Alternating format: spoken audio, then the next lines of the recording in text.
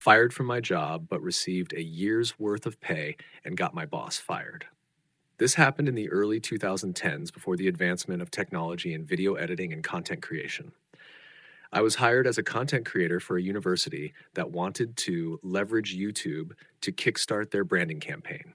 The pay was low, roughly $2,200 USD, and in those days, there were not that many video content creators around, and the process usually took a long time from start to finish. I was hired, and on my second day, my manager presented my KPI of 85 3 10-minute videos in 52 weeks, which was impossible for a one-man team in those days. This meant I had to do the scripting, producing, casting talents, shooting videos, composing music. They were too cheap to pay for a royalty-free music subscription, and editing, all of which I had to use my own equipment and software because their cameras and computers were so old, they simply couldn't handle the strain of even doing things in 720p, much less 1080p. I tried to let my manager know, but she just smiled encouragingly, telling me to give it a try, assuring me if the videos were good, the quantity would not be what she focused on.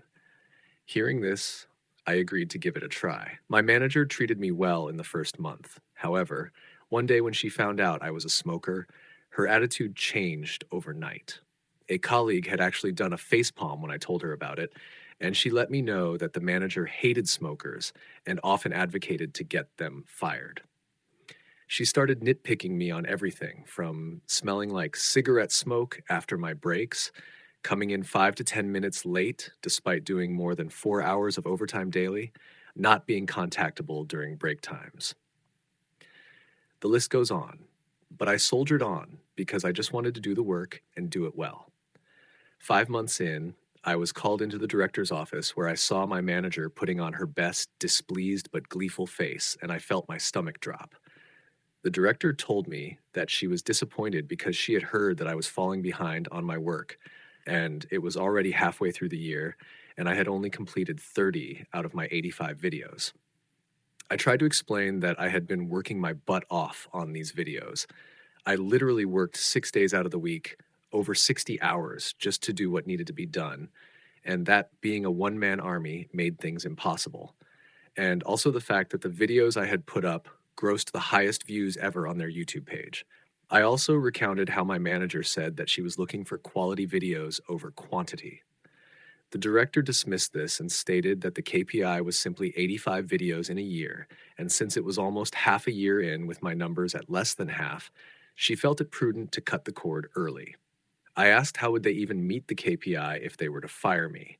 Now my manager had snorted, saying, "We'll find a professional production house to finish your work." The director had given her an odd look, but nodded in her support nonetheless, telling me, "You don't need to worry. Manager will get the job done."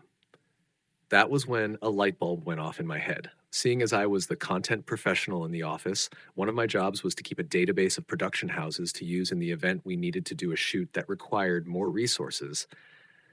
And I was sure that they would be using the production houses in my database, as my manager had no contacts in the production industry. So I changed the contact numbers and messed up all the emails on all of the entries except one. The one, I had a friend working as a junior director, not an assistant director, but a director assigned to smaller video projects. I gave him a call and told him of my plan, and sure enough, within 2 days, they were called to come in to pitch. I told him that I had a plan that was a win-win for us.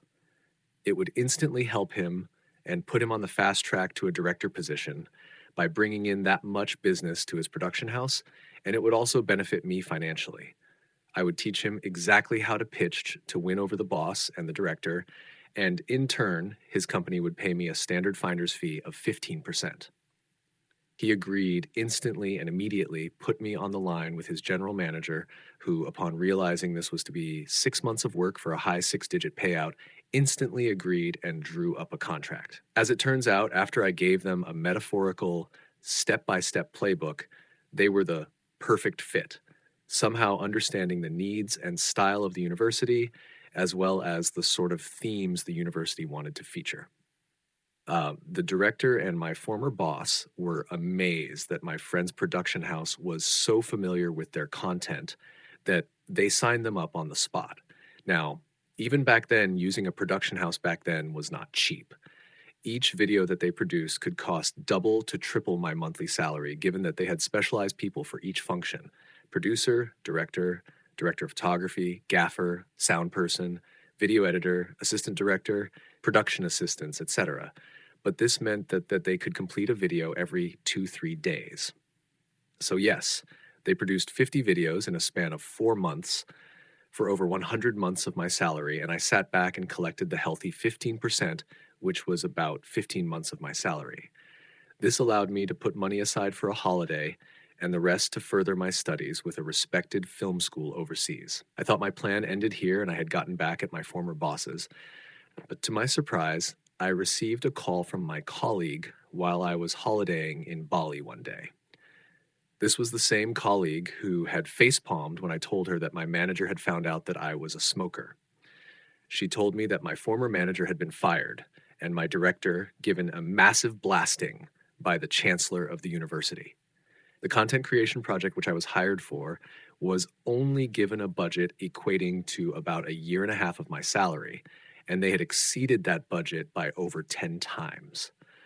My former manager was so desperate to ensure that her content creation project could be completed that she had thrown caution to the wind, paying anything to get the job done so that she could show my director that she had completed the project, and had approved the massive spend without getting consent from the director. So that is how I got my friend a super fast promotion to a full director in his production house and a year of pay after getting unfairly fired from my job.